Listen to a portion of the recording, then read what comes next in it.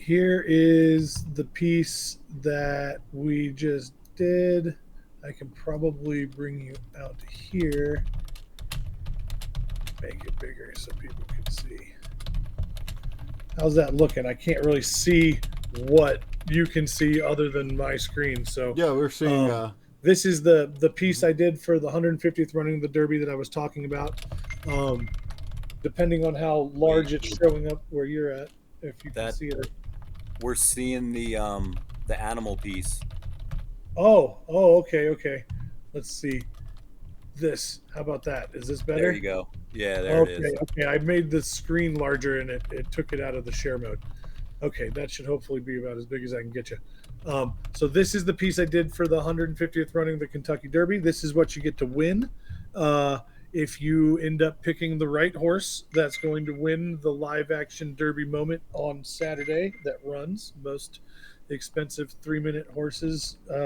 3 minutes in all of sports is the most expensive 3 minutes in all of sports, apparently. So, um, that being said, what you can see in the middle, I'm going to zoom in here and give you guys a little peek. You can see it's been digitally affected, right? But in here, you can zoom in and see that the original piece is still there being featured, even though I'm contrasting it over here where I'm coming into the actual frame on the outside of the Kentucky outline here. I've got a Kentucky outline that's showing the sun shining bright down on my old Kentucky home, which is the old school representation of the piece that was actually, you can still see the hatching in the horses, the actual components that have gone into this running through the mud and splashing. There's hand drawn character elements that I didn't want to lose when I was working on someone else's artwork. Other things that are in this piece hiding are the names of the family of everyone in Tony Waldron's family, who is my dear past friend and mentor, my brother's father, who's studied under Frank Lloyd Wright for a while in architectural worlds, was working with me as I designed a 3D building, and so he'd been encouraging my art my whole life, being an artist himself, and he could see and recognize talent and wanted to incubate me. So he was always a very supportive component in my world of art, and so this has been a very honored piece to get to do for them. It was very enjoyable, and I really like this the way this has come out, because it just, if you've ever been to the Derby, which you may not have, this is showcasing 150 years of traditional components. They run for a giant rose garland that wins. If you don't win this horse race, you have no opportunity to be a triple crown winner, which is an extremely rare thing. You have to win 3 main races: the Derby, the Preakness, and the Belmont.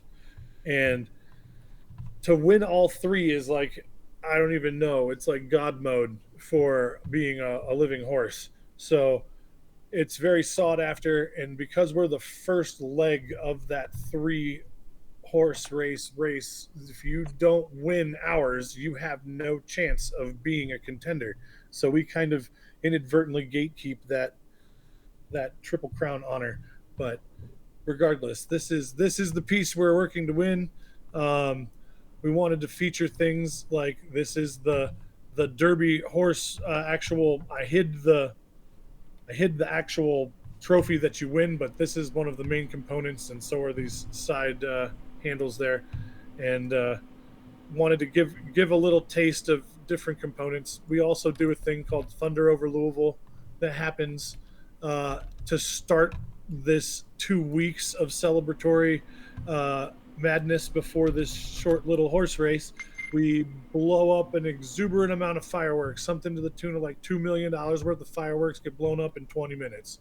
We have coal barges and blowing them off of a major highway that is a bridge that goes over the Ohio River. It's a super spectacle, and to be honest, I believe we are only second to Chinese New Year as far as largest firework display that goes on. We also have a balloon glow and balloon race that happens. You can see up in the upper right corner.